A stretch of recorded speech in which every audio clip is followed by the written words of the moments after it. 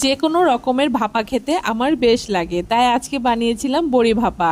তার জন্য এইখানে 2 রকম বড়ি নিয়ে নিয়েছি। এখন একটা মশলা তৈরি করার জন্য 2 চামচ পোস্ত, 2 চামচ কালো সর্ষে, হাফ চামচ গোটা জিরে, স্বাদ মতো লঙ্কা আর নুন, সামান্য একটু জল দিয়ে একটা পেস্ট তৈরি করে নিয়েছি। এখন বড়িগুলোকে ভাজার জন্য কড়াইতে বেশ অনেকটা পরিমাণে সর্ষের তেল দিয়ে এখানে বড়িগুলোকে লাল লাল করে ভেজে নিয়েছি। এখানে আমি 2 রকম বড়ি নিয়েছি, ঘরে বানানো আর দোকান থেকে কেনা। আপনারা চাইলে যে কোনো একটা দিয়ে তৈরি করে নিতে পারেন।